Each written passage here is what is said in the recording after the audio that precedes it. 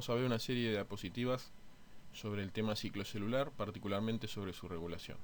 Vamos a empezar repasando las etapas del ciclo celular. Bueno, una célula empieza su vida en la etapa G1. Esa etapa se caracteriza por tener una alta tasa de metabolismo. Durante esa etapa la célula crece, sintetiza proteínas, para lo cual tiene que haber sintetizado ARN, produce lípidos, duplica su número de organelas, en fin, durante toda esta etapa la célula va a aumentar de tamaño y de masa. Luego de esta etapa viene la etapa S, etapa en la cual la célula va a dedicar su actividad a la duplicación del ADN. Luego de la etapa S, al fin de la etapa S, cada cromosoma va a estar formado por dos cromátides hermanas, es decir, dos macromoléculas de ADN con idéntica secuencia y por lo tanto información genética. Luego de la etapa S viene la etapa G2. En la etapa G2 particularmente la célula se prepara para la división celular, por ejemplo sintetizando algunas proteínas que necesitan gran cantidad durante el periodo de división. Luego de la etapa G2 viene la división celular, donde la célula va a repartir tanto el material genético como el citoplasma, organelas y demás. ¿Existe algún tipo de regulación para pasar de una etapa a otra del ciclo? Por supuesto, justamente el tema de esta presentación de diapositivas es ver una versión resumida y simplificada de un sistema muy complejo en el cual participan muchas proteínas e interactúan muchas proteínas que lo que producen es una regulación del ciclo, ¿sí? Mecanismos de control que evitan el paso de una etapa a otra. Si no existieran estas proteínas y este mecanismo de regulación, las células y los tejidos crecerían constantemente, ¿sí? Y eso en un organismo pluricelular no es lo adecuado, digamos. Los primeros estudios sobre regulación del ciclo celular partieron de hacer experiencias como por ejemplo fusionar dos células, una que estaba en la etapa S con otra que estaba en la etapa G1. Se obtiene una célula con dos núcleos. Lo llamativo era que inmediatamente después de la fusión de las dos células, el núcleo que estaba en G1 empieza a duplicar su ADN. Es decir que al fusionarse las dos células, algo presente en esta célula indujo la duplicación del ADN en esta. Otro experimento fue, por ejemplo, fusionar una célula que estaba en mitosis con una que estaba en G1.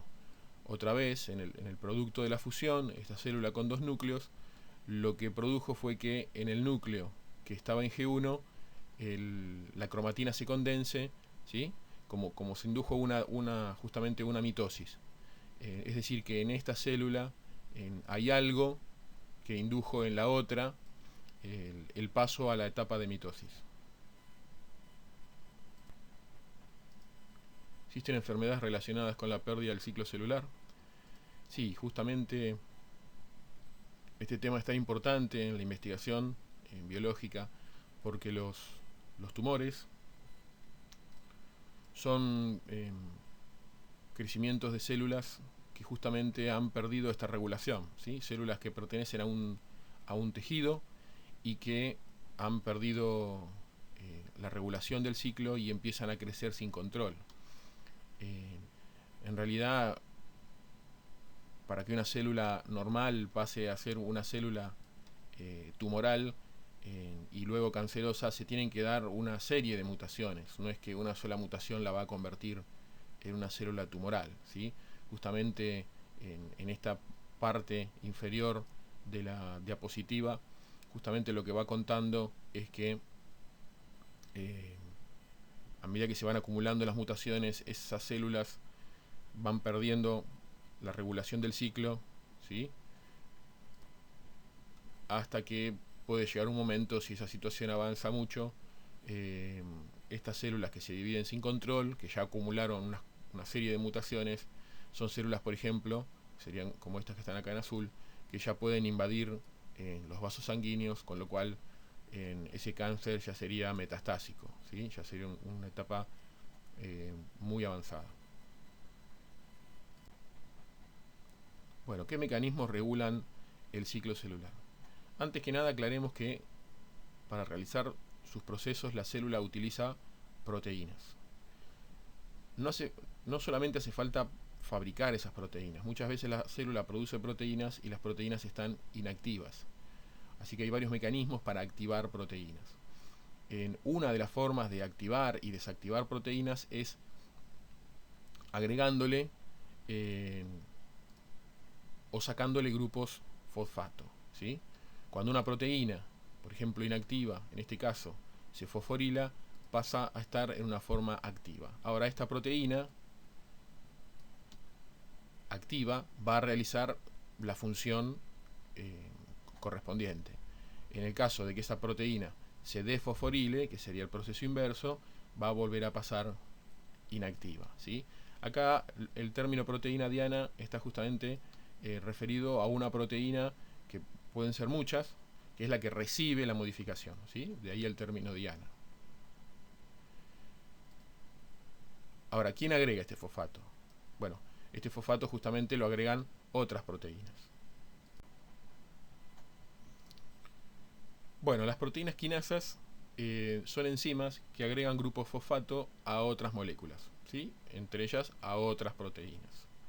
Hay muchos tipos de quinasas. A nosotros, para el tema en cuestión de esta presentación de diapositivas, nos interesan las quinasas denominadas CDK. Ya vamos a ver por qué tienen este nombre, ¿sí? Una cosa importante de estas quinasas: estas enzimas están presentes en todas las etapas del ciclo celular, es decir, las células las produce todo el tiempo. Ahora, las produce, pero esas células así producidas no están activas, ¿sí? Para activarse esas proteínas necesitan estar en formar, digamos, como una pareja con otra proteína. Necesitan unirse a otra proteína. Esa otra proteína son unas proteínas denominadas ciclinas. Les pusieron ese nombre porque, a diferencia de la CDK, la concentración de las ciclinas varía durante el ciclo celular. En general la concentración es baja o nula y en algún momento tienen un pico, ¿sí? Máximo. El nombre CDK, entonces, para estas quinasas, justamente está puesto por sus siglas en inglés, que significan quinasa dependiente de ciclina, ¿sí? O sea, estas proteínas quinasas, para poder actuar, no alcanza con que estén ellas, sino tienen que estar unidas a una ciclina correspondiente. Vamos a ver todo esto en una figura como para que quede más claro. Supongamos que esta es la ciclina, que varía su concentración a lo largo del ciclo, y esta es la quinasa dependiente de ciclinas. Así como está inactiva. Ahora, si la ciclina se une a la CDK, la CDK pasa a estar en forma activa. Como es una quinasa, su tarea es fosforilar a otros sustratos, ¿sí? Supongamos que uno de los sustratos para esta quinasa es justamente esta proteína diana, que en esta forma está inactiva. Cuando la CDK fosforile a la proteína diana, pasa a estar en su forma activa. ¿Está bien? En caso de que la ciclina se suelte, ¿sí?, de la CDK pasa a estar otra vez en forma inactiva. Recordemos que la concentración de estas ciclinas varía durante el ciclo, es decir, no siempre está presente. Justamente lo que regula que la CDK esté inactiva o activa va a ser la presencia o no de la ciclina.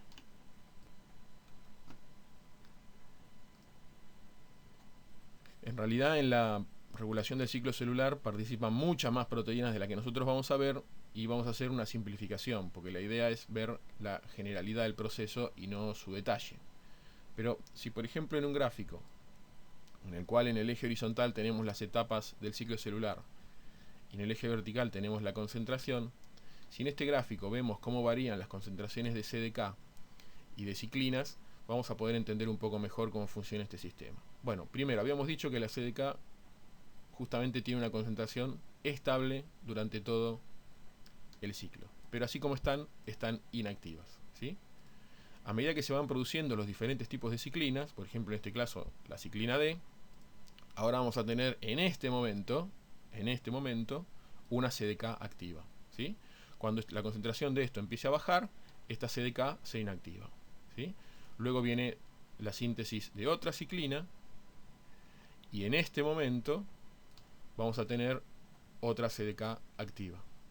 ¿Está bien? La concentración de esta va a bajar, va a empezar a aumentar la concentración de otra, por ejemplo en este caso la ciclina A, y vamos a tener, acá por ejemplo puse otra ciclina, la ciclina B, y la aparición de otra CDK activa. Es decir, la CDK está siempre, ¿sí? En todas las etapas del ciclo. Pero fíjense que está activa solamente cuando están los picos de concentración de ciclinas. Bueno, veamos eso aplicado a la primera figura que habíamos visto, que era la del ciclo. ¿Está bien? Justamente los picos de las diferentes ciclinas van a ser las barreras que van a permitir el paso de una etapa a otra. Hacia el final de la etapa G1, la célula produce una ciclina, que es la ciclina E. Esa ciclina E se une a una CDK, forma esta pareja específica y activa que va a permitir que se pase a la etapa S. La unión de esa CDK con la ciclina E se llama factor promotor de S, porque justamente promueve el paso de G1 a S. En este complejo factor promotor de S activo, lo que puede hacer justamente es ahora fosforilar a otras proteínas, particularmente proteínas que van a tener relación con la duplicación del ADN. Por eso, en definitiva, la formación de este complejo lo que está activando es que la célula duplique el ADN. Al final de la etapa S, la ciclina E se degrada, ¿sí? Como toda ciclina vimos que su concentración subía y bajaba, y ahora, al no haber más ciclina E, este complejo, el factor promotor de S, pierde su actividad, ¿sí? La CDK queda sola y ya queda de forma inactiva. Sobreviene la etapa G2 y se empiezan a sintetizar otras ciclinas, entre ellas las ciclinas A y B. Particularmente la ciclina B se une a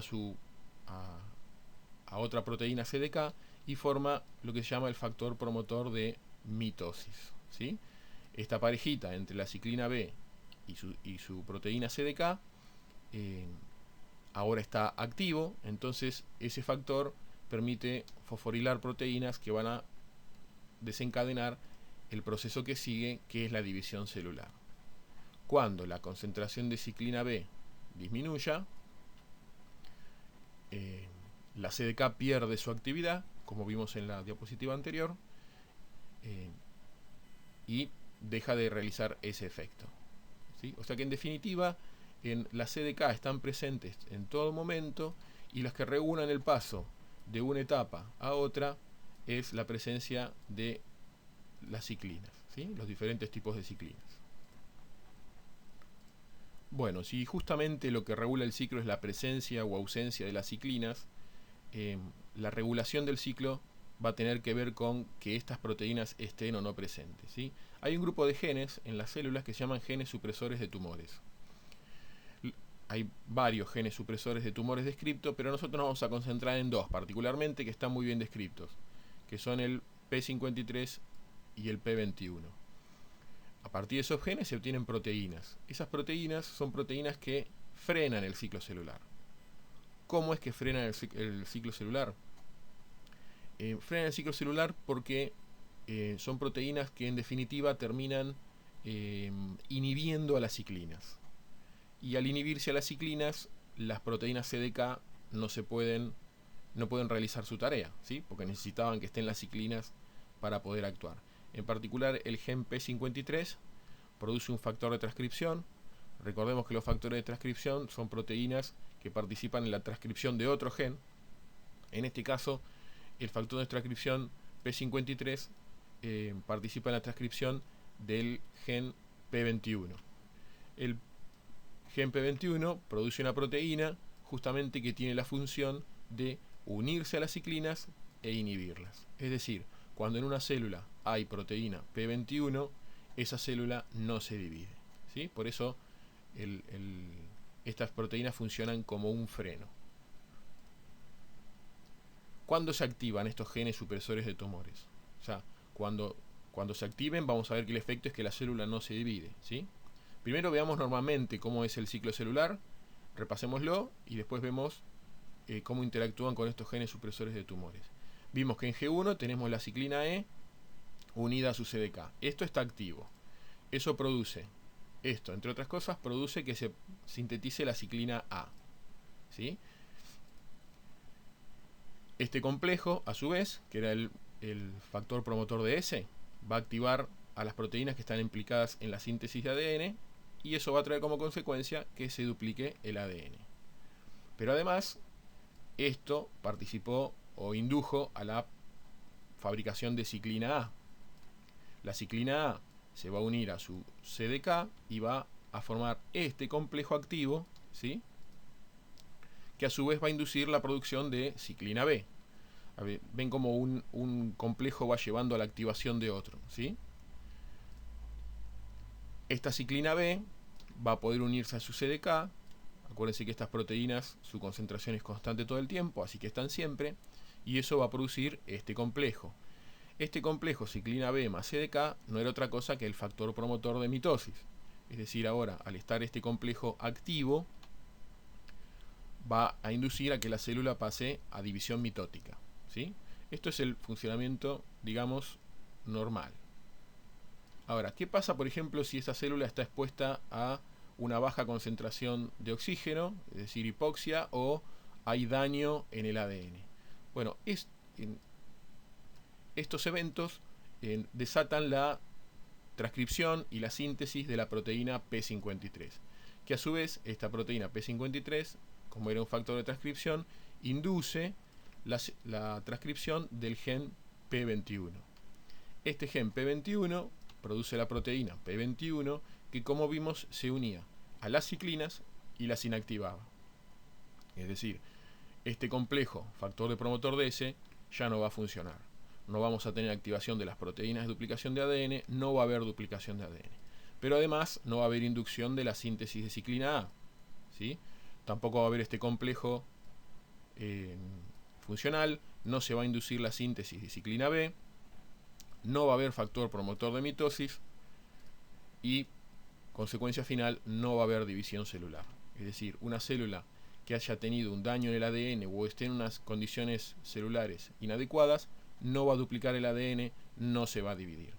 Esto es un mecanismo normal que tiene de regular el ciclo celular para no dividirse con material genético dañado o en condiciones celulares inapropiadas.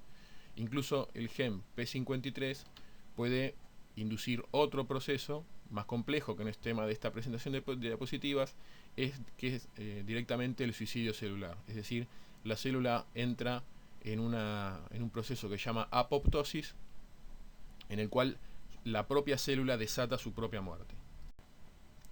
Bueno, para finalizar, vimos que en la regulación del ciclo celular participan una gran variedad de proteínas, ¿sí? Proteínas quinasas, que a su vez dependen de ciclinas. Hay proteínas que normalmente reprimen el ciclo celular, evitan que las células se dividan, como la P53, la P21, ¿está bien? Es decir, en todas esas proteínas, que a su vez son codificadas por genes, si ocurren cambios y mutaciones en esos genes, eso puede alterar o desregular el ciclo celular, ¿sí? Particularmente, algunas mutaciones que se producen pueden hacer que el ciclo celular pierda totalmente su regulación y las células estas se dividan sin control, ¿sí? Estos genes, en los cuales si se produce una mutación se produce esta división sin control, esos genes se denominan oncogenes, ¿sí? Muchos tumores o cánceres son producidos justamente por mutaciones en oncogenes. Otras mutaciones pueden afectar y directamente frenar el ciclo celular, ¿sí? En ese caso, estas mutaciones pueden tener un carácter letal, porque si esa célula se tiene que dividir de una forma regulada, pero dividirse, y la mutación impide esa división, eso va a conducir a una condición letal.